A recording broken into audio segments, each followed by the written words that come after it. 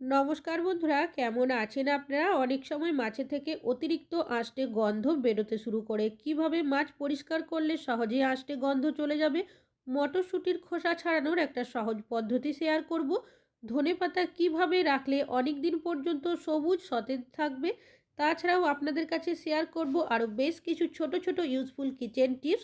চলুন দেখে নেওয়া যাক আজকের প্রথম টিপসটা আপনাদের কাছে কি শেয়ার করি। নিয়েছি গার্ডার। আমরা অনেকেই চুল বাঁধার জন্য এই ধরনের গার্ডারের ব্যবহার করে থাকি। কিছুদিন ব্যবহার করতে না করতে গার্ডারগুলো এতটাই ঢিলে হয়ে যায়, তখন চুল বাঁধতে সমস্যা হয়। যার কারণে এই গার্ডারগুলো আমরা অনেক সময় বাদ দিয়ে দিই, ব্যবহার করি না। সেক্ষেত্রে আপনারা একটা টিপস ফলো করতে পারেন। একটা পাত্রের মধ্যে বেশ কিছুটা পরিমাণের ফুটন্ত গরম জল নেবেন আর সেই জলের মধ্যে গার্ডারগুলো দিয়ে দেবেন। দেওয়ার সাথে সাথে দেখবেন যে ঢিলে ভাবটা থাকে সেটা কিন্তু আস্তে আস্তে টাইট হতে শুরু করবে। এইভাবে আপনারা রেখে দেবেন 5 মিনিটের জন্য। 5 মিনিট পর এখান থেকে গার্ডারগুলো তুলে জলটাকে নিংড়ে রোদ্রে শুকিয়ে নেবেন। তাহলেই দেখবেন এই গার্ডার আপনারা আরও বেশ কিছুদিন ব্যবহার করতে পারবেন। আশা করছি টিপসটা কাজে আসবে। ভালো লাগলে লাইক করবেন। এখন চলে যাচ্ছি পরবর্তী টিপসে। আমি এখানে নিয়েছি একটা সায়া বা পেটিকোট। আমরা প্রত্যেকটা মহিলারাই কিন্তু শাড়ির সাথে কম বেশি পরে থাকি।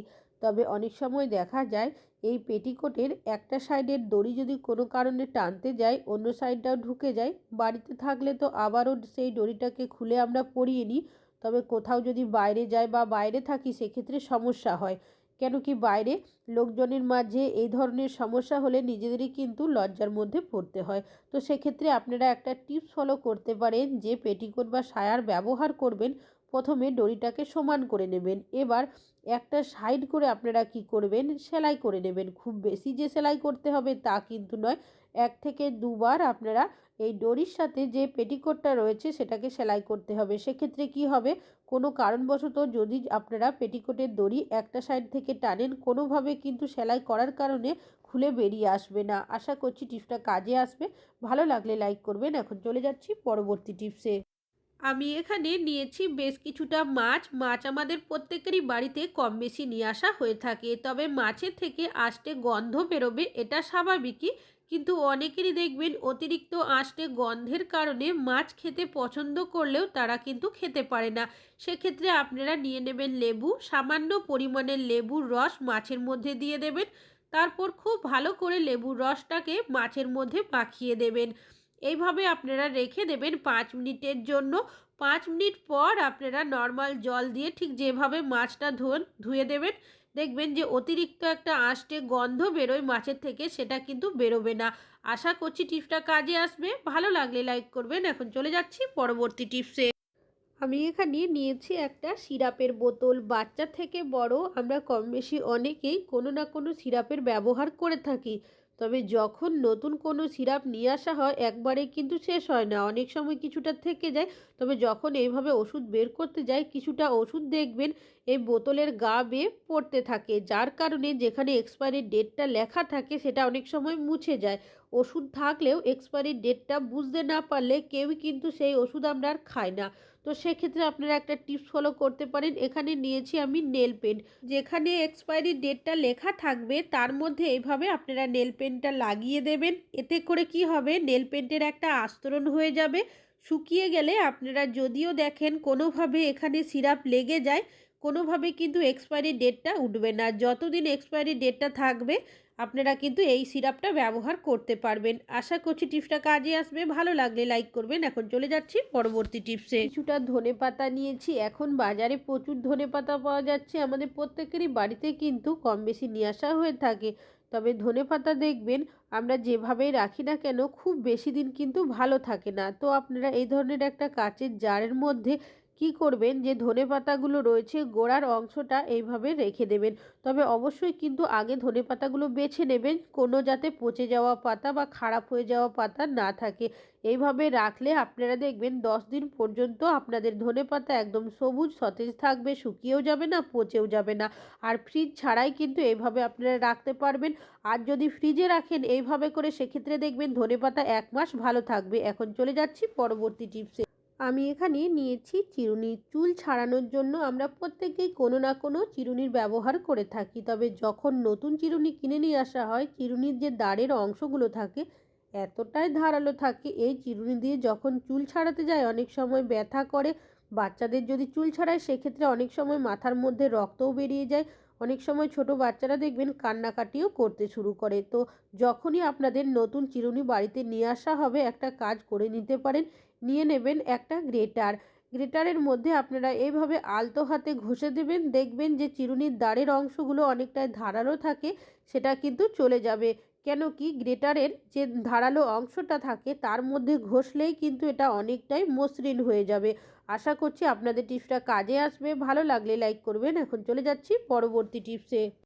আমি এখানে নিয়েছি সাইড ক্লিপ। আমরা অনেকে এই ধরনের সাইড ক্লিপের ব্যবহার করে থাকি। তবে কিছুদিন ব্যবহার করতে না করতেই দেখা যায় ক্লিপগুলো এইভাবে করে ফাঁকা হয়ে যায়, বা কখনো কখনো জং বা মরচে পড়ে গেলেও সেক্ষেত্রে এই ক্লিপগুলো আমরা কেউ ব্যবহার করি না, হয় ফেলে দিই, না হলে বাড়িতে এরকমই পড়ে থাকে।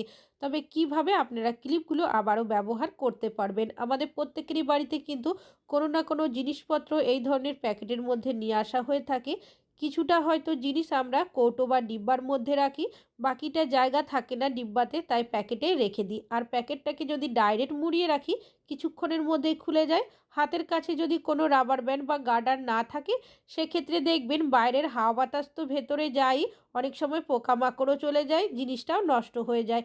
সেক্ষেত্রে আপনারা ভালো করে প্যাকেটটাকে মুড়িয়ে সাইড ক্লিপগুলো এইভাবে আটকে দেবেন। আর এটা এতটা সুন্দর আটকে যায়, কোনোভাবে তো খুলবেই না, বাইরের হাওয়া বাতাসও ভেতরে যাবে না। তো একইভাবে আরও একটা প্যাকেট আমি মুড়িয়ে নিচ্ছি, আর এই ক্লিপটা দিয়ে আবারও আটকে দিচ্ছি। তাহলে বন্ধুরা আপনাদের বাড়িতেও যদি এই ধরনের ক্লিপ থেকে থাকে ভুল করেও ফেলবেন না, রেখে দেবেন এইভাবে কাজে ব্যবহার করার জন্য। আশা করছি টিপসটা কাজে আসবে। ভালো লাগলে লাইক করবেন। এখন চলে যাচ্ছি পরবর্তী টিপসে। আমরা অনেক সময় ঠাকুরের কাছে মোমবাতি জ্বালাই, বা কোনো দরকার হলে অনেক সময় মেঝের মধ্যেও জ্বালিয়ে থাকি, বা কখনো কখনো টেবিলেও জ্বালাই। এইভাবে করে মোমবাতিগুলো গলে পড়ে যায়, যার কারণে দেখা যায় সহজে তুলতে পারি না, ঘষাঘষি করে তুলতে হয়, দাগও পড়ে যায়।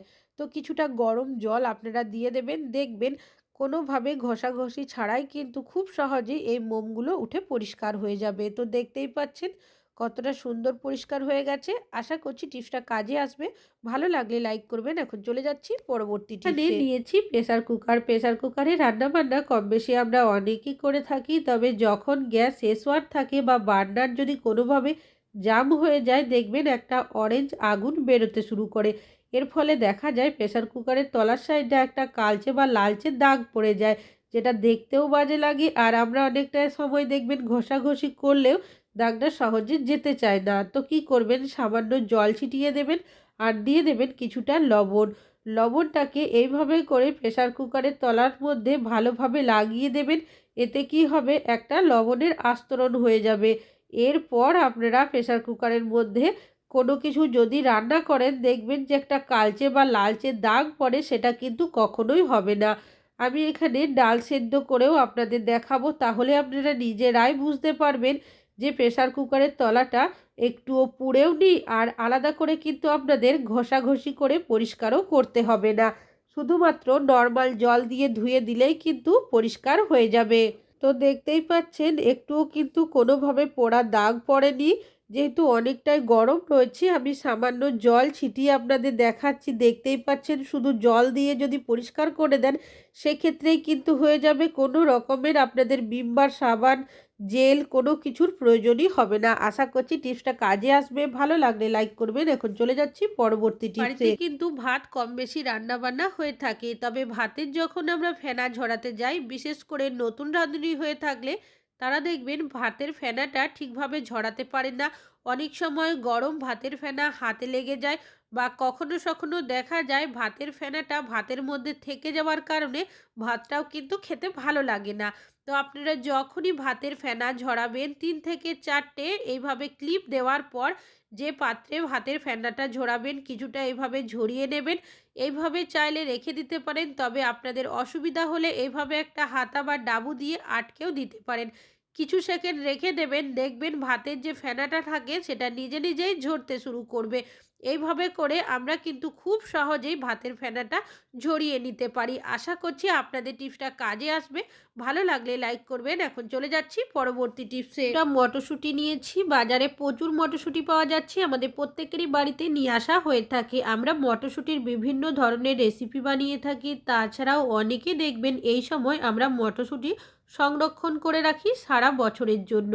তবে সমস্যা কি হয়, যখন আমরা মটরশুঁটির খোসা ছাড়াতে যাই, সেক্ষেত্রে আপনারা একটা টিপস ফলো করবেন। একটা সেফটি পিন এইভাবে মটরশুঁটির খোসার মধ্যে আলতো হাতে টেনে দেবেন, তাহলেই দেখবেন খোসাটা ফেটে আসবে।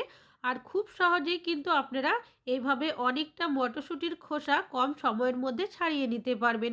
আশা করছি টিপসটা কাজে আসবে। ভালো লাগলে লাইক করবেন। এখন চলে যাচ্ছি পরবর্তী আপনারা টিপসে। কি কখনো মেকআপ করার পরে নারকেল তেলের ব্যবহার করে দেখেছেন? কি হতে পারে, আমরা প্রত্যেকটা মহিলারাই কিন্তু কম বেশি মেকআপ করতে পছন্দ করে থাকি। তবে মেকআপ করার পর আমরা মেকআপটা রিমুভ করার জন্য মেকআপ রিমুভারের ব্যবহার করে থাকি। তবে সবার কাছে সব সময় থাকেও না, আর মেকআপ রিমুভার কিনতে গেলে অনেকটা টাকাও খরচ করতে হয়। তো হাতের কাছে যদি মেকআপ রিমুভার না থাকে, সেক্ষেত্রে আপনারা একটা টিপস ফলো করতে পারেন। কি করবেন, নিয়ে নেবেন নারকেল তেল, সামান্য পরিমাণে নারকেল তেল দিয়ে দেবেন। তারপর আঙুল বা হাতের সাহায্যে আলতো হাতে এইভাবে ঘষে দেবেন, তাহলেই দেখবেন আস্তে আস্তে উঠতে শুরু করবে। তারপর নরম গেঞ্জি কাপড় বা সুতির কাপড় বা তুলোর সাহায্যে আপনারা যদি পরিষ্কার করে নেন, তাহলে দেখবেন আর আপনাদের কিন্তু মেকআপ রিমুভারের প্রয়োজনই হবে না। আশা করছি টিপসটা কাজে আসবে। ভালো লাগলে লাইক করবেন।